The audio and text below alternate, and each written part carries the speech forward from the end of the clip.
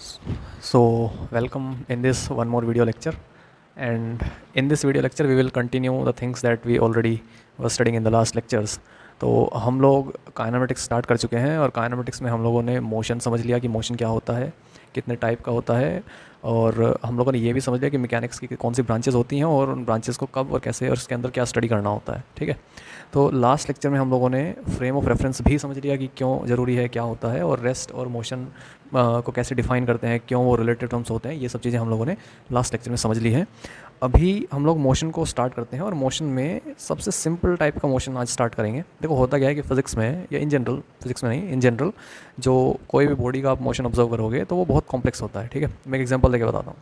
अगर आप अपनी ही बॉडी का मोशन ऑब्जर्व करोगे, जैसे फॉर एग्जांपल कोई इंसान है ये, ठीक है, और जैसे ये चलेगा, जैसे आपकी तरफ आएगा, ठीक है, या अपनी ही बॉडी का आप मोशन कभी ऑब्जर्व करना, तो बहुत कॉम्प्लिकेटेड होता है। कैसे? जैसे आप आगे बढ़ोगे, जैसे या अगर आदमी मान लो इधर की तरफ बढ़ रहा है, तो ये जैसे आगे बढ़ेगा तो एक तो है कि इसकी पूरी बॉडी आगे बढ़ेगी, लेकिन जब कभी आप नोटिस करोगे तो उसके हाथ को नोटिस करना। ठीक है, तो ये हाथ थोड़े इस तरीके से चल रहे होते हैं, तो हाथ ऑसिलेटरी मोशन, कुछ कुछ ऑसिलेटरी मोशन, कंप्लीटली ऑसिलेटरी भी नहीं होता है। ठीक है, तो वो करेंगे। पैर भी इस तरीके से ही मोशन करेंगे, आगे बढ़ेंगे, तब देखना हो किस तरीके से आगे बढ़ते हैं। ठीक है, जैसे ही आप पैर उठाते हैं तो आपकी बॉडी टिल्ट हो जाती है to balance the centre of mass, को हम बाद में देखेंगे। तो ओवरऑल कहने का मतलब यह है कि आपका चलना इज़ वेरी कॉम्प्लेक्स, बहुत कॉम्प्लेक्स फिनोमिना होता है चलने का। ठीक है, किसी भी एनिमल या इंसान के चलने का। तो हम लोग क्या करते हैं, इतने कॉम्प्लिकेटेड मोशन को डायरेक्टली ना पढ़ के, ठीक है, स्टार्टिंग में कुछ बहुत सिंपल सिंपल से टाइप के मोशंस को स्टडी करेंगे। क्यों करेंगे? क्योंकि उन मोशन को स्टडी करने से जो बेसिक प्रिंसिपल्स हैं मोशन के, जिन बेसिक प्रिंसिपल्स पे ऑब्जेक्ट्स मूव करते हैं यूनिवर्स के अंदर, उनको हम लोग समझ लेंगे। और प्रिंसिपल समझने के बाद जो कॉम्प्लेक्स मोशंस हैं उनको भी समझने की कोशिश करेंगे, जैसे motion of the body, motion of the body of the animal. ठीक है, और इस तरीके से और तरीके के बहुत सारे कॉम्प्लेक्स मोशन होते हैं नॉन लिविंग पार्टिकल्स के, बॉडीज़ के इन द यूनिवर्स। तो उन सभी को भी हम लोग बाद में स्टडी करेंगे, लेकिन सबसे पहले हम लोग बेसिक चीज़ों से स्टार्ट करेंगे। और सबसे बेसिक टाइप का जो मोशन होता है, that motion is motion in straight line या 1D मोशन। ठीक है, तो हेडिंग डाल लेते हैं अपना। ठीक है, आज के लेक्चर का पहला जो टॉपिक है that is motion in, right, motion in 1D या 1 डायमेंशन, डायमेंशन, या इसी को बोल देते हैं मोशन इन स्ट्रेट लाइन। ठीक है, और यही आपके चैप्टर का नाम भी है, चैप्टर नंबर 3 का। तो मोशन इन स्ट्रेट लाइन। ठीक है, this is the simplest kind of motion in the physics. और इसको यूज़ करके कुछ बेसिक जो टर्म्स डिफाइन करनी है, उस तरीके की चीज़ों को हम लोग डिफाइन भी करेंगे। ठीक है, मोशन इन 1D को समझने के लिए ऐसी मोशन इन 2D भी समझेंगे इसी लेक्चर के अंदर, और मोशन इन 3D भी समझेंगे। ठीक है, इंटरेस्टिंग एग्जाम्पल्स हैं, तो लास्ट तक देखना है इसको। तो मोशन इन 1D का एग्जाम्पल, इसको समझने के लिए हम लोग क्या करते हैं, एक कार का एग्जाम्पल लेते हैं which is on the 1 way road. ठीक है, तो ये कोई 1 वे रोड है और इस 1 वे रोड पर कोई हमारी कार मूव कर रही है। ठीक है, फॉर एग्जांपल इसको हम लोग ऊपर से देख रहे हैं, ऊपर से नोटिस करेंगे तो ये कार हम लोगों को मूव करते हुए नजर आएगी। ठीक, तो मान लो कि रेसिंग कार है। ठीक, तो ये इधर की तरफ मूव कर रही है। ठीक है, और यू आर हियर। ठीक है, अपने आप को कैसे भूल सकते हैं हम लोग। So we are here and we are just trying to observe the motion of the car. अच्छा, ये 1 वे रोड है, तो ये कार टर्न लेके वापस नहीं आएगी, तो या तो ये इस डायरेक्शन में जा सकती है, ठीक है, या ये वापस आ सकती है। तो दो ही टाइप के मोशन पॉसिबल है स्ट्रेट लाइन में, या तो फॉरवर्ड डायरेक्शन में या बैकवर्ड डायरेक्शन में। तो या तो पार्टिकल या ऑब्जेक्ट या कार एक इस डायरेक्शन में जाएगी, या फिर वो वापस इस डायरेक्शन में आ जाएगी। दो ही पॉसिबिलिटी होती हैं हर तरीके के स्ट्रेट लाइन में। और भी तरीके के एग्जाम्पल्स देखेंगे। अच्छा, जब ये कार इस 1 वे रोड पे मूव कर रही होगी, तो अब इसकी हम लोगों को पोजीशन डिस्क्राइब करनी है। मैंने कल भी बताया था कि कुछ फिजिक्स में सबसे पहला काम होता है कि जिस पार्टिकल का मोशन को हम लोग स्टडी करेंगे तो उसकी कम से कम पोजीशन तो पता, उसको कैसे डिस्क्राइब करेंगे हम लोग। तो स्ट्रेट लाइन में जब कोई ऑब्जेक्ट चल रहा होगा तो उसकी पोजीशन कैसे डिस्क्राइब करते हैं वो देखना है। तो कैसे करेंगे, रैंडमली किसी भी एक पॉइंट को हम लोग रेफरेंस पॉइंट मान लेंगे। ठीक है, ये नाम याद रखने हैं। तो ये क्या है, रेफरेंस पॉइंट, रेफरेंस पॉइंट। ठीक है, अच्छा, ये रेफरेंस पॉइंट आप कहीं भी मान सकते हो, यहाँ यहाँ जहाँ आपकी मर्जी है वहाँ मान लो। ठीक है, तो ये रेफरेंस पॉइंट हम लोगों ने मान लिया, और बाद में इसी को नाम हम लोग ओरिजिन भी दे देंगे। ठीक है, तो अभी हम लोग उसको रेफरेंस पॉइंट मानते हैं। इस रेफरेंस पॉइंट के राइट साइड में, अपनी साइड से, ठीक है, राइट साइड में, जैसे हम लोग ऐसे खड़े हुए हैं तो हमारा ये राइट है, तो ये वाला जो राइट डायरेक्शन है, इसमें जितने भी नंबर्स आएंगे, जितने भी कैलकुलेशंस होंगे, उसको पॉजिटिव साइन के साथ डिनोट करेंगे। और इस डायरेक्शन में जितने भी नंबर्स या पोजीशंस आएंगे उनको नेगेटिव साइन के साथ रिप्रेजेंट करेंगे। फॉर एग्जांपल देखो, इसी को मैं थोड़ा सा इस तरीके से बना के दिखाता हूँ। जैसे मान लो कि ये स्ट्रेट लाइन है, ठीक है, ये जो रोड थी इसको मैंने लाइन से डिनोट कर दिया, और ये हमारा है रेफरेंस पॉइंट। ठीक है, तो इसको मैं ओरिजिन 0 से डिनोट करता हूँ, रेफरेंस पॉइंट। ठीक है, this is the reference point. Reference point का मतलब है वो पॉइंट जहाँ से सारे डिस्टेंसेज और मेज़र होंगे। ठीक है, जो जो स्टार्टिंग पॉइंट है हमारा, जहाँ से हम लोग मेजरमेंट करेंगे। तो मान लेते हैं कि जो हमारी ये कार है, ठीक है, ये यहाँ कहीं है। For example this car is at this point, let us suppose ये पी पॉइंट पे है, ठीक है। तो मैं क्या कर रहा हूँ, इसको रेफरेंस पॉइंट मान लिया और मैं यहीं पे हूँ, ठीक, रेफरेंस पॉइंट पर ही। और मैंने क्या किया, जो इधर की जो ये डिस्टेंसेज हैं, ठीक है, इसमें रेगुलर इंटरवल पे कुछ कुछ इस तरीके के पॉइंट्स मैंने ड्रॉ कर दिए, ठीक है। इसको मैंने बोला 1 मीटर, इसको बोला 2 मीटर, ये 3, ऐसी 4, 5, 6, ठीक है। ये मीटर में मैं मेजरमेंट कर रहा हूँ फॉर एग्जांपल, और इसको मैंने बोल दिया एक्स एक्सेस, ठीक है, पॉजिटिव एक्स एक्सेस। मैंने क्या किया, जो इधर की राइट डायरेक्शन है, राइट साइड, ठीक है, इसमें जितने भी नंबर्स हैं उसको पॉजिटिव साइन के साथ लिखा। और इसके जो लेफ़्ट साइड है, ये जो लेफ़्ट साइड है, ठीक है, इसमें जितने भी नंबर आएंगे उसको हम लोगों ने नेगेटिव साइन के साथ लिखा, जैसे -1, -2, -3 एंड सो ऑन, इसको माइनस एक्स एक्सेस बोल दिया, ठीक है। ये तरीका है, देखो उसको याद रखना है, ये तरीका है कि 1D मोशन में किसी भी पार्टिकल के मोशन को स्टडी कैसे करते हैं। तो एक तो रेफरेंस पॉइंट पहले डिफाइन करना है, और रेफरेंस पॉइंट के राइट साइड में सारे नंबर पॉजिटिव से लिख देंगे, और इसके लेफ्ट साइड में सारे नंबर नेगेटिव से लिख देंगे। और इसके जो राइट साइड है, ठीक है, इस तरफ ये जो नंबर लिखेंगे, these number will be used to identify the position of the particle with respect to this reference point, ठीक है। तो क्या करेंगे कि जैसे अब ये जो हमारी कार है, ये वाली, ठीक है, ये वाली कार, ये यहाँ से फॉर एग्जाम्पल 4 मीटर दूरी पे है, ठीक है, 4 मीटर दूरी पे है। तो कैसे करेंगे, देखो ये लिखा हुआ है 1 2 3 4, 4 पे आ गया, तो 4 मीटर दूरी पे है यहाँ से।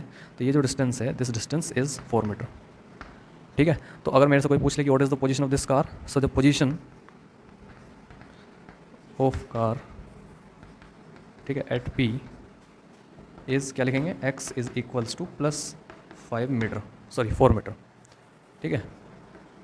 सो the position of the car at P is x is equal to +4 metre. तो किसी भी, जैसे ये 1D मोशन है, तो 1D में या तो फॉरवर्ड मोशन होगा, ठीक है। तो 1D में याद रखना है कि इसको हम लिखेंगे, अच्छा ठीक है, अभी थोड़ी देर में। तो 1D में तो फॉरवर्ड मोशन होगा या बैकवर्ड मोशन होगा। और फॉरवर्ड मोशन होगा, जैसे मान लो इस डायरेक्शन में होगा, तो वो जो पोजीशंस होंगे उसको पॉजिटिव नंबर के साथ डिनोट करेंगे। और जैसे मान लो ये कार यहाँ ना हो करके यहाँ होती, ठीक है, जैसे ये कार यहाँ ना हो करके यहाँ होती, तो क्या होता है, ये वाला जो डिस्टेंस है, ये यहाँ से 2 मीटर है, डिस्टेंस अभी भी 2 ही मीटर है, ठीक है। लेकिन क्योंकि इसके लेफ्ट में है, तो इस बार क्या करेंगे, ठीक है, and position of car at Q is x is equals to -2 metre. अब ये -2 मीटर का मतलब क्या हुआ, और इस प्लस का क्या मतलब हुआ, प्लस से हम समझ जाएंगे कि ये राइट में है, ठीक है, और माइनस से समझ जाएंगे लेफ्ट में है। माइनस प्लस का मतलब नेगेटिव पॉजिटिव नहीं है, ठीक है, उस तरीके से नहीं है जिस तरीके से नंबर से नेगेटिव पॉजिटिव होते हैं, ठीक है। यहाँ नेगेटिव का मतलब है, नेगेटिव नंबर का मतलब है लेफ्ट साइड में है रेफरेंस पॉइंट के, और पॉजिटिव नंबर का मतलब है कि ये जो रेफरेंस पॉइंट है इसके राइट साइड में है। तो this is the way how do we define the position of the particle in the 1D motion. 1D motion का सिंपल सा मतलब है कि ये जो मोशन है वो स्ट्रेट लाइन में होना चाहिए, ठीक है। तो उसको डिफाइन कैसे कर सकते हैं, अगर हम लोग को डेफिनेशन ही लिखनी है, तो a motion of an object in a straight line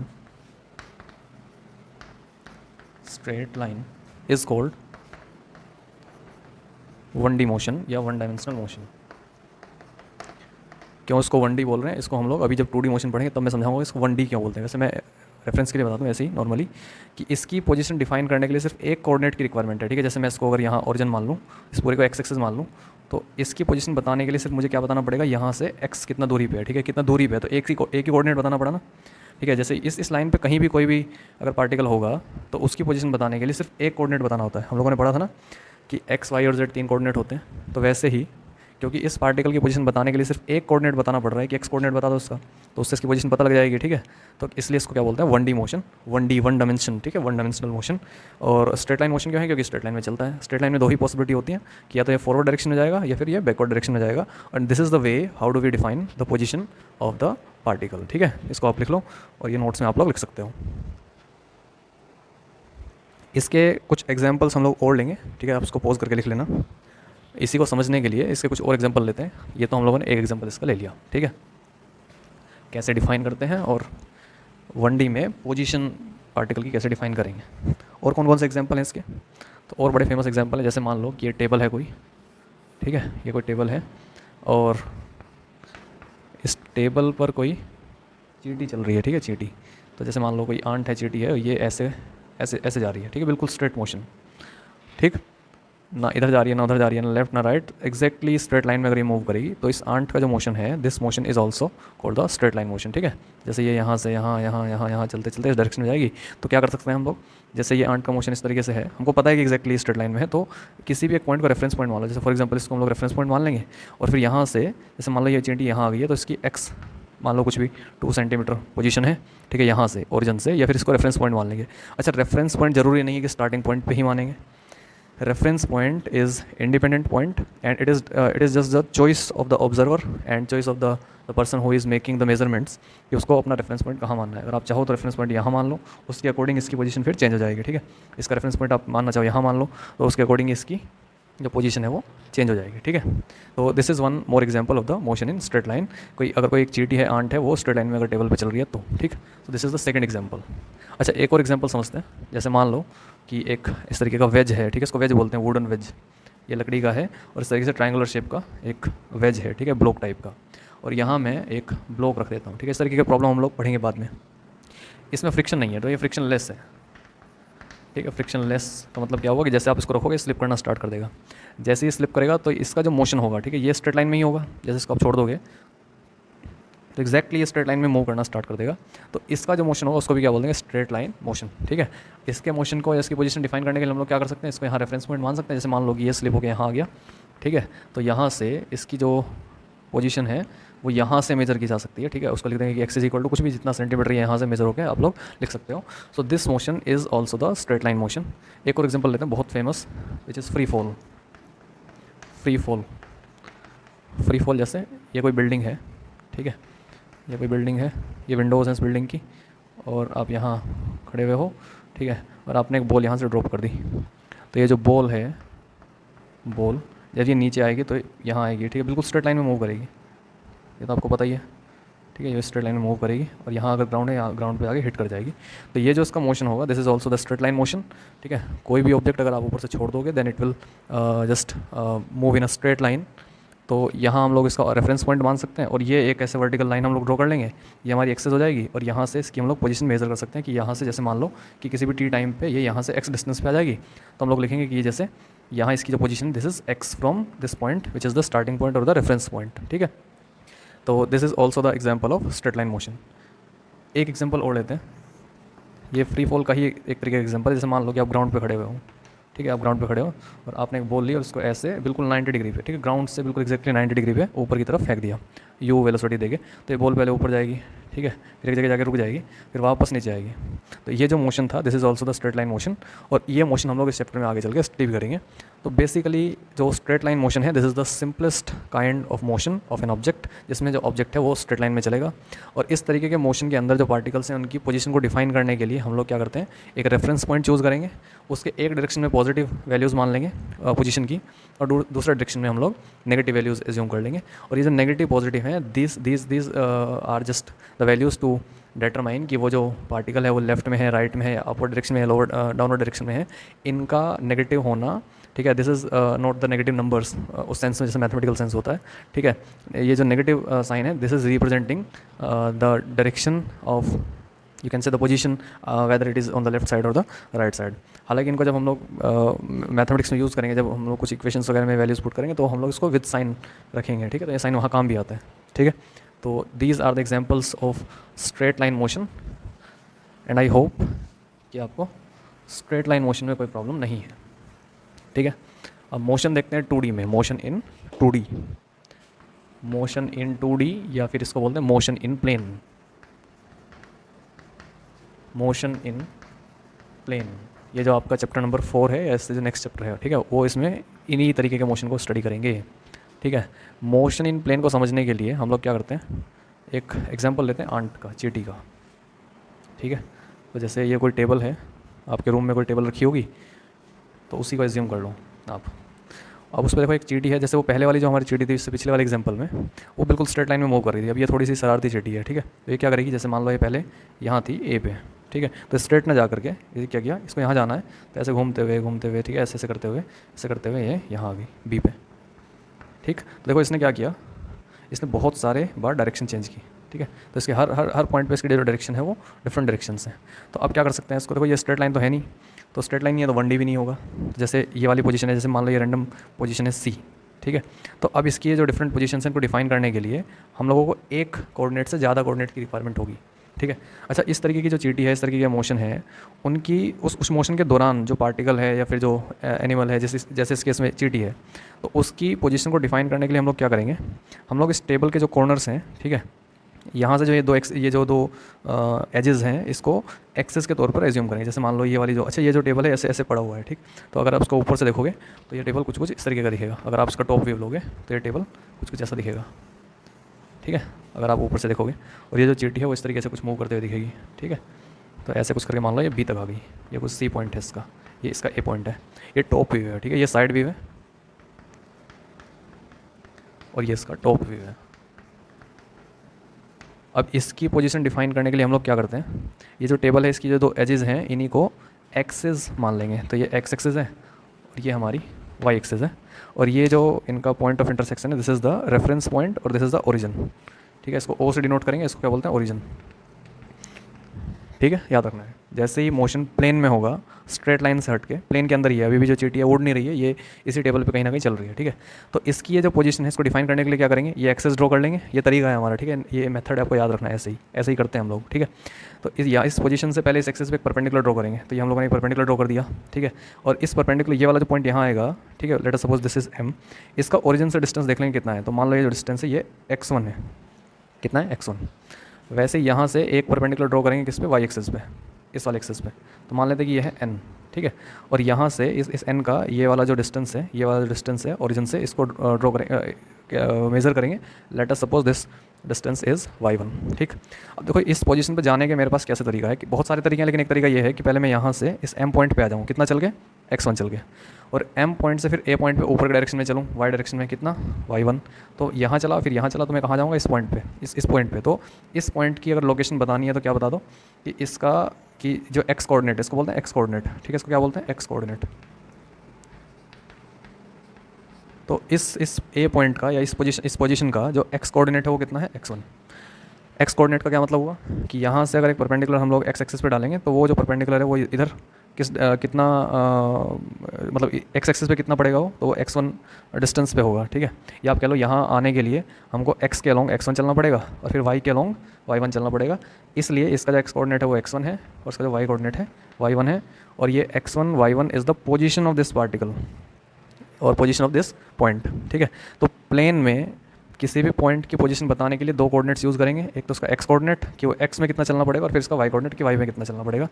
वैसे ही मान लो कि यहाँ से जैसे इस C पॉइंट का हम लोगों को पोजीशन बताना है, तो क्या करेंगे, पहले यहाँ से एक परपेंडिकुलर ड्रॉ करेंगे x एक्सिस पे, ठीक है। तो मान लेते हैं कि ये वाली जो डिस्टेंस है दिस इज़ x2, है ना। फिर ऐसे यहाँ से y कोऑर्डिनेट पे, y एक्सिस पे एक परपेंडिकुलर ड्रॉ करेंगे ये वाला, और इस वाले पॉइंट की यहाँ से डिस्टेंस मेजर कर लेंगे, let us suppose this is y2। तो इसकी पोजीशन क्या हो जाएगी, कोऑर्डिनेट्स क्या हो जाएंगे, x2, y2, और सिमिलरली इसके कितने हो जाएंगे, x3, y3, ठीक है। तो अभी कभी भी अगर मुझे आंट की या चीटी की इस पर्टिकुलर पोजीशन पे पोजीशन बतानी है, इस पॉइंट पे पोजीशन बतानी है, तो मैं क्या करूँगा, मैं बोलूँगा कि इसकी जो पोजीशन है वो है x1, y1। क्लियर है, ठीक है। x1 y1 क्यों, क्योंकि x डायरेक्शन में कितना चलना पड़ा, x1, y डायरेक्शन में कितना चलना पड़ा, y1, ठीक है। इस पर्टिकुलर पॉइंट की पोजीशन कितना है, x2, y2, और इस वाले पर्टिकुलर पॉइंट की पोजीशन कितना है, x3, y3। So this is the way to define the position of the particles or the body or the object, ठीक है, in the 2D motion when they are moving in the plane. So this is the way how do we define the position of the particles। कैसे करेंगे, दो इस तरीके के जो coordinates हैं वो हम लोग यूज़ करेंगे, ठीक है। क्योंकि इसके देखो इस पोजीशन से इस पोजीशन पे जाने के लिए दोनों कोऑर्डिनेट्स चेंज हो रहे हैं, ठीक है। तो दो अलग अलग कोऑर्डिनेट्स बताने पड़ेंगे ना बार बार।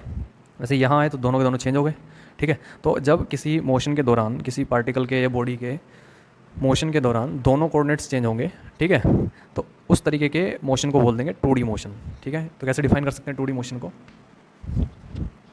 The motion of a particle और a body you can say is said to be 2D और मोशन इन प्लेन व्हेन या if both the coordinates x, y changes during motion, during motion, तो motion के दौरान अगर दोनों coordinates change हो रहे हैं, ठीक है, एक पॉइंट से दूसरे पॉइंट पे जाने पे, तब उस तरीके के मोशन को बोलेंगे 2D मोशन और मोशन इन अ प्लेन। तो दो कोऑर्डिनेट्स यूज़ होंगे, दो कोऑर्डिनेट चेंज होंगे तो मोशन इन अ प्लेन या 2D मोशन। जैसे अच्छा एक एग्जांपल, पिछले वाले केस में जब ये टेबल के ऊपर जो हमारी आंट थी वो इस पॉइंट ऐसे स्ट्रेट चल रही थी, ठीक है, याद होगा आपको एग्जांपल। तो हम लोग वापस देखते हैं इसको। तो जैसे ये आंट यहाँ थी, ये चल के यहाँ आ गई, ठीक है, बिल्कुल स्ट्रेट। ये हमारी एक्स एक्सेस है और ये वाई एक्सेस है। फॉर एग्जांपल जब ये यहाँ ए पॉइंट पे थी और ये बी पॉइंट ले लेते हैं वापस से, तो ये जो पॉइंट है इसके पोजीशन बताने के लिए क्या करेंगे, ये एक्स कोऑर्डिनेट, तो जैसे मान लो x1 और ये हो गया इसका y कोऑर्डिनेट, तो y1, ठीक है। जब ये यहाँ चल के आ गई या फिर इसके किसी भी पॉइंट पे, ऐसे ऐसे आप कोई भी पॉइंट ले लो, ठीक है, कोई भी रैंडम पॉइंट, उस हर रैंडम पॉइंट का जो ये y कोऑर्डिनेट है ये y1 ही होगा, ठीक है, कोई भी एक पॉइंट ले लो y1, ठीक है, ये सारे पॉइंट्स का y1 होगा। यहाँ आ जाओगे तो इसका हो जाएगा जो कोऑर्डिनेट्स, अगर आप इसको ड्रॉ करोगे, मान लो कि यहाँ से यहाँ तक की जो डिस्टेंस है ये x2 है, तो इसके कोऑर्डिनेट्स हो जाएंगे x2, y1, ठीक है, और इसके कितने हो जाएंगे x1, y1, यही होंगे ना। अच्छा इस बीच में अगर आप कोई भी पॉइंट ले लोगे तो उसके कोऑर्डिनेट्स में x कोऑर्डिनेट तो चेंज होगा लेकिन y कोऑर्डिनेट चेंज नहीं होगा। तो क्योंकि इस तरीके के मोशन में सिर्फ एक ही कोऑर्डिनेट चेंज हो रहा है, दूसरा कोऑर्डिनेट चेंज ही नहीं हो रहा है, तो इस मोशन को डिस्क्राइब करने के लिए दूसरे कोऑर्डिनेट की रिक्वायरमेंट ही नहीं है, ठीक है।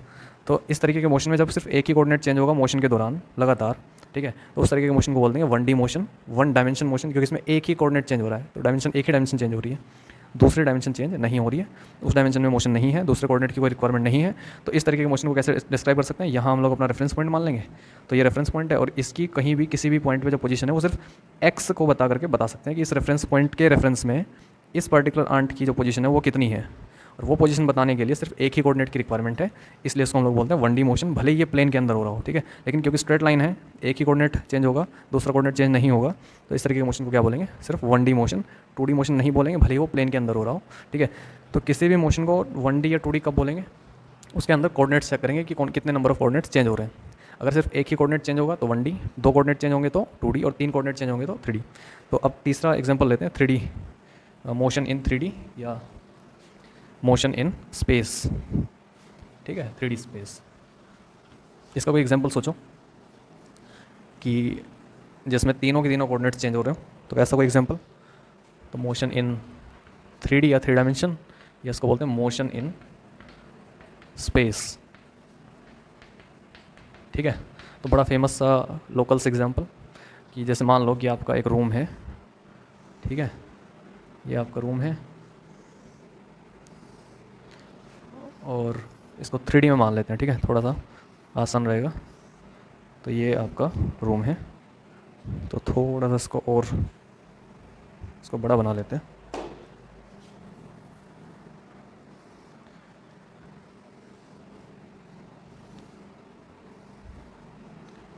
और इस रूम में कोई मक्खी है, ठीक है, फ्लाई मक्खी, ठीक है, वो इधर उधर मूव कर रही है, ठीक। तो जैसे ये मक्खी थी वो यहाँ थी पहले और फिर वो यहाँ आ गई है, तो ये जो मक्खी इधर उधर उड़ेगी, जैसे यहाँ है, ठीक है, फॉर एग्जांपल यहाँ हवा में, और ये ऐसे रैंडमली कहीं भी मूव कर सकती है। तो किन्हीं भी दो पॉइंट्स के बीच में हम लोग देख रहे हैं कि जब वो मूव करती है तो कैसे कौन कौन से कोऑर्डिनेट चेंज होंगे। तो जैसे ये वाला पॉइंट था, ये वाला, ठीक, और ये वाला पॉइंट है, फिर वो ऐसे मूव फ्लाई करके और इधर यहाँ कहीं आ गई। तो इस मक्खी के जो कोऑर्डिनेट्स हैं, फ्लाई के जो कोऑर्डिनेट्स हैं, ठीक, जब ये एक पॉइंट से दूसरे पॉइंट पे जाएगी, किसी भी कमरे के किसी भी एक पॉइंट से दूसरे पॉइंट पे जाएगी, तो उसके तीनों कोऑर्डिनेट चेंज होते हैं, ठीक है। पहले कोऑर्डिनेट देखने के लिए पहले कहीं एक ओरिजिन मानना पड़ेगा। तो मान लो कि जैसे रूम था, तो ये वाला जो दूर वाला जो कॉर्नर है, ठीक है, वो कॉर्नर कैसा है, हम लोगों ने उसको ओरिजिन मान लिया, इसको मानते हैं एक्स एक्सेस, इसको मान लेते हैं वाई एक्सेस, और ये जो बाहर आ रहा है, अच्छा ये जो इस तरीके से मैंने बनाया है ना, ये रियलिटी में बाहर आ रहा है, ठीक है, ये वाला जो हिस्सा है ये इस बोर्ड से बाहर का हिस्सा है, तो ये बाहर आते हैं इस तरीके से, जो लाइन है इस तरीके से है, ठीक है, और इसको बोलते हैं जेड एक्सेस। तीनों एक्सेस समझ में आती है, ठीक है। ये जो हमारी मक्खी थी, फ्लाई थी, वो पहले यहाँ थी, तो मान लो जो हमारी मक्खी है एम, ये पहले यहाँ थी, फिर ये उड़ करके यहाँ आ गया एम डैश, ठीक। तो इसके कोऑर्डिनेट्स डिफाइन कैसे करेंगे, पिछले वाले में तुमने याद होगा आप लोगों के कि हम लोगों ने क्या किया था, उसमें जो पर्टिकुलर पॉइंट था उससे हम लोगों ने परपेंडिकुलर ड्रॉ किए थे एक्सेस पे। इस बार ऐसा नहीं करेंगे, थोड़ा सा डिफरेंट है। पहले यहाँ से इस वाले प्लेन पे, इस प्लेन पे, ठीक है, ये कौन सा प्लेन है, एक्स जेड प्लेन, इस तरीके का प्लेन है ये वाला, ठीक। इस प्लेन पे यहाँ से एक परपेंडिकुलर ड्रॉ करेंगे पहले, तो ये हम लोगों ने एक परपेंडिकुलर ड्रॉ कर दिया इस प्लेन पे, ठीक। ये प्लेन यहाँ, ये प्लेन है पूरा लोकल प्लेन, ठीक है, जो नीचे वाला प्लेन है, और इस प्लेन पे हम लोगों ने ये एक परपेंडिकुलर ड्रॉ कर दिया। अब इस पॉइंट से यहाँ एक परपेंडिकुलर ड्रॉ करेंगे, और इस पॉइंट से यहाँ इस वाले एक्सेस पे एक परपेंडिकुलर ड्रॉ करेंगे। तो जैसे पहले एक्सेस पे करते हैं, तो ये हो गया एक परपेंडिकुलर, यहाँ से जब ड्रॉ करेंगे 3D में है, ठीक है, अंदर की तरफ ड्रॉ कर रहे हैं हम लोग, और ऐसे यहाँ से एक इस पर परपेंडिकुलर ड्रॉ करेंगे तो इस तरीके से एक परपेंडिकुलर ये हो गया, ठीक। तो यहाँ जो पॉइंट होगा, फॉर एग्जांपल इसको हम लोग m मान लेते हैं, ये जो m से x पे जो परपेंडिकुलर ड्रॉ होगा, ठीक है, ये परपेंडिकुलर है यहाँ पे और ये इस प्लेन पे परपेंडिकुलर है, ठीक। इसको मान लेते हैं हम लोग, जैसे फॉर एग्जांपल m तो ये हम लोगों ने ले लिया था, इसको लेते हैं n, ठीक है, इसको ले लेते हैं r और इसको ले लेते हैं s, ठीक है। अब ये जो परपेंडिकुलर है, जैसे वहाँ भी हम लोगों ने क्या किया था, एक एग्जांपल वापस लेते हैं इसको। तो ये यहाँ से हम लोगों ने एक तो परपेंडिकुलर ये ड्रॉ किया था, एक ये वाला किया था, जैसे ये एक्स एक्सिस है और ये वाई एक्सिस है। फिर ये जो परपेंडिकुलर यहाँ ड्रॉ किया था, इसके यहाँ से ओरिजिन से हम लोगों ने डिस्टेंस देखी थी कितनी है, उसको एक्स कोऑर्डिनेट बोल दिया था, क्योंकि ये एक्स एक्सिस के अलोंग है, ठीक है, तो इसको बोला था एक्स कोऑर्डिनेट। अच्छा, वाई एक्सिस के अलोंग मेजर किया था तो उसको बोला था वाई कोऑर्डिनेट, और उसको हमने लिख दिया था एक्स वाई, ऐसा किया था। सेम ऐसे यहाँ करना है इसके कोऑर्डिनेट्स, ठीक है, लिखने के लिए इस यहाँ से जो एक परपेंडिकुलर ड्रॉ करेंगे इस प्लेन पे, उस पॉइंट के कोऑर्डिनेट्स देखने हैं कि कितने आएंगे पहले तो यहाँ से हम लोगों ने एक परपेंडिकुलर ड्रॉ किया, क्योंकि ये एक्स एक्सिस पे है, तो ये जब डिस्टेंस मेजर करेंगे तो इसको क्या बोल देंगे, एक्स कोऑर्डिनेट किसका, इस पॉइंट का। अच्छा, इसका जो एक्स कोऑर्डिनेट है ये बिल्कुल, क्योंकि ये वाला जो पॉइंट है वो बिल्कुल इसके ऊपर है, तो इसका एक एक्स कोऑर्डिनेट और इसका एक्स कोऑर्डिनेट सेम आएगा, ठीक है। तो अगर मैं यहाँ से एक परपेंडिकुलर ड्रॉ करूँ, क्योंकि ये एक्स एक्सिस है तो ये भी एक्स एक्सिस होगी, मतलब ये एक्स एक्सिस है तो ये भी एक्स एक्सिस होगी, तो ये जो डिस्टेंस है this is the x coordinate या एक्स डिस्टेंस, ठीक है, इस डायरेक्शन में। अच्छा, इसके जो ये जेड के अलोंग मेजर होगा, तो यहाँ से जो डिस्टेंस मेजर होगी, ये यहाँ से यहाँ परपेंडिकुलर डाला हुआ है, इस परपेंडिकुलर का यहाँ से डिस्टेंस ओरिजिन से, ये जेड के अलोंग है तो उसको जेड कोऑर्डिनेट बोल दिया, तो जेड हो गया। तो इसके जो कोऑर्डिनेट है वो है एक्स जेड, एक्स डायरेक्शन में एक्स है और जेड डायरेक्शन में जेड है, और ये एक्स जेड प्लेन के ऊपर पॉइंट है, और इससे ऊपर कितना ऊपर, वाई ऊपर, ठीक है, ये पॉइंट है। तो इस पॉइंट के जो एक्स और जेड कोऑर्डिनेट होंगे वो तो यही होंगे जो इस पॉइंट के होंगे, क्योंकि ये वाला पॉइंट और ये वाला पॉइंट बिल्कुल एक दूसरे के ऊपर है। तो ये यहाँ से अगर मैं एक ड्रॉ करूँ तो ये वाला जो डिस्टेंस है दिस इज जेड, तो इसके जो एक्स कोऑर्डिनेट है वो एक्स ही होगा, क्योंकि इसका भी एक्स है, और जेड कोऑर्डिनेट भी जेड ही होगा, लेकिन ये प्लेन से कितना ऊपर है, वाई, तो वाई कोऑर्डिनेट कितना हो जाएगा, वाई होगा, ठीक है। ये क्योंकि प्लेन के अंदर है तो सिर्फ दो ही कोऑर्डिनेट की रिक्वायरमेंट है, लेकिन ये 3D में है, ऊपर है, ठीक है, स्पेस में एक्जैक्टली इसके ऊपर है, तो एक्स और जेड तो सेम ही होंगे, ठीक है, इसके जैसे, लेकिन ये इससे हाइट पे भी है, वाई हाइट पे है, थोड़ा सा इमेजिन करके देखो, ठीक है, स्पेस में। तो इसका जो तीनों कोऑर्डिनेट्स हैं वो x y and z coordinates हो जाएंगे इसके, ठीक है। अब ये मक्खी थी वो ऐसे उड़ी रैंडमली कहीं भी और यहाँ आ गई, ठीक है। वापस से क्या करेंगे, पहले यहाँ से एक पॉइंट इस प्लेन पे ड्रॉ करेंगे जो इसके बिल्कुल एक्जैक्टली नीचे होगा, ठीक। फिर उस पॉइंट से एक परपेंडिकुलर इधर ड्रॉ करेंगे और एक परपेंडिकुलर इधर ड्रॉ करेंगे, और उनके लिए एक्स और वाई देख लेंगे यहाँ से कितना कितना है। जैसे मान लो ये डिस्टेंस का जो एक्स कोऑर्डिनेट है वो एक्स डैश है और जो जेड कोऑर्डिनेट है वो जेड डैश है। तो इस पॉइंट के जो कोऑर्डिनेट है, जैसे इसको एन बोला था, इसको एन डैश बोल दो, ठीक है। ये कितने हो जाएंगे, इसके एक्स कोऑर्डिनेट और जेड कोऑर्डिनेट ये हो जाएगा एक्स डैश और जेड डैश। ये वाला पॉइंट इसके एक्जैक्टली ऊपर है, तो इसके भी जो एक्स और जेड कोऑर्डिनेट हैं वो एक्जैक्टली सेम ही होंगे, लेकिन ये क्योंकि इसमें वाई डैश ऊपर है, मान लो कि वाई डैश ऊपर है, ठीक है। तो क्योंकि ये वाई डैश हाइट पे है, ये वाली जो हाइट है वो वाई डैश है, तो इसका जो वाई कोऑर्डिनेट होगा वो हो जाएगा वाई डैश। ये मक्खी इधर उधर उड़ेगी, यहाँ आ जाएगी, ठीक है। तो स्पेस में किसी भी रूम में जब ये फ्लाई इधर उधर मूव करेगी तो इसके तीनों कोऑर्डिनेट्स चेंज होंगे, ठीक है। एक्स कोऑर्डिनेट भी चेंज होगा, वाई कोऑर्डिनेट भी चेंज होगा, जेड कोऑर्डिनेट भी चेंज होगा। अगर इनमें से सिर्फ दो ही कोऑर्डिनेट चेंज हो रहे हैं तो वो मक्खी भले ही स्पेस के अंदर उड़ रही हो, ठीक है, तभी भी उसको क्या बोलेंगे, 2D मोशन, क्योंकि सिर्फ दो ही कोऑर्डिनेट चेंज हो रहे हैं और उसमें फिर एक ऐसा प्लेन ढूंढेंगे, ठीक है, जिसके अंदर वो मक्खी मूव कर रही है। क्योंकि दो ही कोऑर्डिनेट चेंज होंगे तो वो प्लेन में कहीं ना कहीं मिल जाएगी। अगर सिर्फ एक ही कोऑर्डिनेट चेंज हो रहा है, मक्खी बस यहाँ से यहाँ आ गई, ठीक है, तो उसको 1D मोशन बोलेंगे, भले ही वो, जैसे मान लो ये जो चौक है उसको मैं यहाँ से यहाँ ले आया हूँ, तो उसका ना तो वाई कोऑर्डिनेट चेंज हुआ ना जेड कोऑर्डिनेट चेंज हुआ, सिर्फ एक्स कोऑर्डिनेट चेंज हो गया, ठीक है। तो ये कैसा है, स्ट्रेट लाइन मोशन, भले ही मैंने इसको हवा में ऐसे हवा में मूव किया कराया, क्योंकि ये सिर्फ एक ऐसे ऐसे करके मूव हुआ, तो सिर्फ ये स्ट्रेट लाइन मोशन है, तो इसको हम लोग 1D मोशन ही बोलेंगे, 2D मोशन नहीं बोलेंगे, बजाय इसके कि ये स्पेस में ही हुआ है। हाइट से तो मतलब ज़मीन से तो कुछ हाइट पे ही था, इस वॉल से भी कुछ हाइट पे था, लेकिन उसके बावजूद भी क्योंकि स्ट्रेट लाइन मोशन है, इसके मोशन के दौरान सिर्फ एक ही कोऑर्डिनेट चेंज होगा, तो उसको क्या बोलेंगे, 1D मोशन। और उसके लिए रेफरेंस पॉइंट ढूंढ लेंगे और फिर एक स्ट्रेट लाइन ड्रॉ करेंगे और उस तरीके से इस मोशन को एनालाइज करेंगे। लेकिन अगर तीनों के तीनों कोऑर्डिनेट चेंज हो रहे हैं तो उसको क्या बोलेंगे, 3D मोशन। अगर दो ही कोऑर्डिनेट चेंज हो रहे हैं तो उसको क्या बोलेंगे, 2D मोशन। और अगर एक ही कोऑर्डिनेट चेंज हो रहा है तो उसको क्या बोलेंगे, 1D मोशन, ठीक है। तो आई होप कि ये डिटेल में आपको समझ आया होगा। ये जो एग्जांपल्स थे इसलिए मैंने दिए कि बाद में चल के आपको कन्फ्यूज़न ना हो। जब भी आप लोग किसी भी ऑब्जेक्ट का मोशन एनालाइज कर रहे हो तो आपको क्लियर हो कि वो 1D है, 2D है या 3D है, कब 1D बोलेंगे, कब 2D बोलेंगे, कब 3D बोलेंगे, कोऑर्डिनेट्स का क्या मतलब है, क्यों एक्सेस ऐसे डिफाइन करते हैं हम लोग, इसका एक्स कोऑर्डिनेट का क्या मतलब होता है, वाई कोऑर्डिनेट का क्या मतलब होता है। अच्छा, एक और चीज़ यहाँ देखते हुए चलते हैं, जैसे इस 2D में पहले देखते हैं। ये वाला पार्टिकल है, इसकी ये पोजीशन है, जैसे P मान लो, ठीक है, ये रेफरेंस पॉइंट है ओरिजिन, ठीक है। तो मैं क्या कर सकता हूँ कि यहाँ से एक स्ट्रेट लाइन ऐसे ड्रॉ करूँ और स्ट्रेट लाइन पे एक ऐसे एरो लगा दूँ। कहाँ से ड्रॉ की, रेफरेंस पॉइंट से, ओरिजिन से कहाँ तक ड्रॉ की, जहाँ उसकी पोजीशन है, ठीक है, और एक ऐसे एरो लगा देंगे। फिजिक्स में या मैथ्स में ऐसे अगर लाइन ड्रॉ करके एक एरो लगा दोगे तो उसको वेक्टर बोलते हैं, ठीक है, वेक्टर। तो ये जो वेक्टर है, ये वाली जो लाइन है जिसके ऊपर जिसको मैंने ओरिजिन से ड्रॉ करना स्टार्ट किया, कहाँ तक किया, पोजीशन तक, उसके ऊपर एक ऐसे मैंने एरो लगा दिया, तो इसको हम लोग बोलते हैं पोजीशन वेक्टर, क्योंकि इस पार्टिकल की पोजीशन को ये हम लोग पोजीशन को बता रहा है, कहाँ से, किसके रेफरेंस में बता रहा है, ओरिजिन के, तो उसको क्या बोलते हैं, पोजीशन वेक्टर। पोजीशन वेक्टर, इसको हम लोग डिटेल में जब वेक्टर्स पढ़ लेंगे और मोशन इन 2D पढ़ेंगे तब मैं डिटेल में उसको वापस बताऊंगा, लेकिन अभी बस रेफरेंस के लिए। तो अगर कोई भी वेक्टर मैं ओरिजिन से उस पार्टिकल के पोजीशन तक ड्रॉ कर दूं, वेक्टर का मतलब है ऐसे एक लाइन और फिर ऊपर कैप, ठीक है, ये बहुत मोटा मोटा सा मतलब है, ज्योमेट्रिकल मीनिंग, ठीक। तो इस तरीके के वेक्टर को बोल देते हैं पोजीशन वेक्टर, क्योंकि ये इस पार्टिकल की पोजीशन बता रहा है, ठीक। वैसे ही अगर ये जो मक्खी है यहाँ है, ये हमारा ओरिजिन है, तो यहाँ से अगर मैं एक वेक्टर ड्रॉ करूँ इस तरीके से, स्ट्रेट लाइन और फिर एक कैप, ठीक है, इस तरीके से एरो, सॉरी, तो इस वाले वेक्टर को हम लोग क्या बोल देंगे, पोजीशन वेक्टर, पोजीशन वेक्टर, ठीक है। वैसे ही अगर कोई पार्टिकल स्ट्रेट लाइन में मूव कर रहा है, ये हमारा रेफरेंस पॉइंट है और हमारा पार्टिकल यहाँ है पी पे, तो ओरिजिन से और इधर जो उसकी पोजीशन है उधर जाके इस तरीके से वेक्टर ड्रॉ करेंगे, तो इसको क्या बोल देंगे, position vector.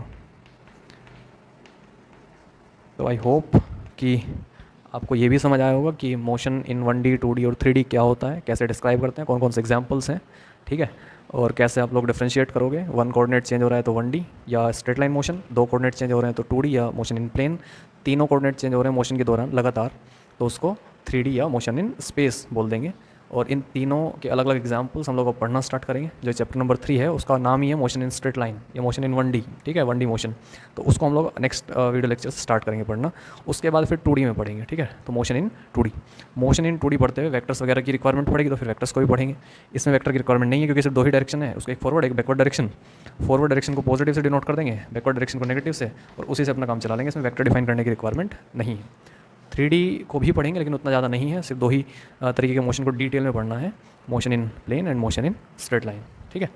So I hope कि ये चीज़ें समझ आई होंगी, और डिटेल में जैसे जैसे हम लोग इनको पढ़ेंगे, जैसे मोशन इन स्ट्रेट लाइन या मोशन इन प्लेन, आपको और अच्छे से समझ आएगा, ठीक है। अच्छा, ये लेक्चर पढ़ते हुए एक रिक्वेस्ट है कि आप लोग नोट्स लिया करो, ठीक है, लिखते रहा करो अपने अकॉर्डिंग, ठीक है, क्योंकि मैं पर्टिकुलर डेफिनेशन नहीं बता रहा हूँ, मेरा काम है समझाना। तो आप अपने अकॉर्डिंग जो चीज़ आपको लगता होगी ये लिखनी चाहिए, उसको लिख लेना है, ठीक है, और अपने नोट्स प्रॉपर मेंटेन करने हैं, so that you can revise.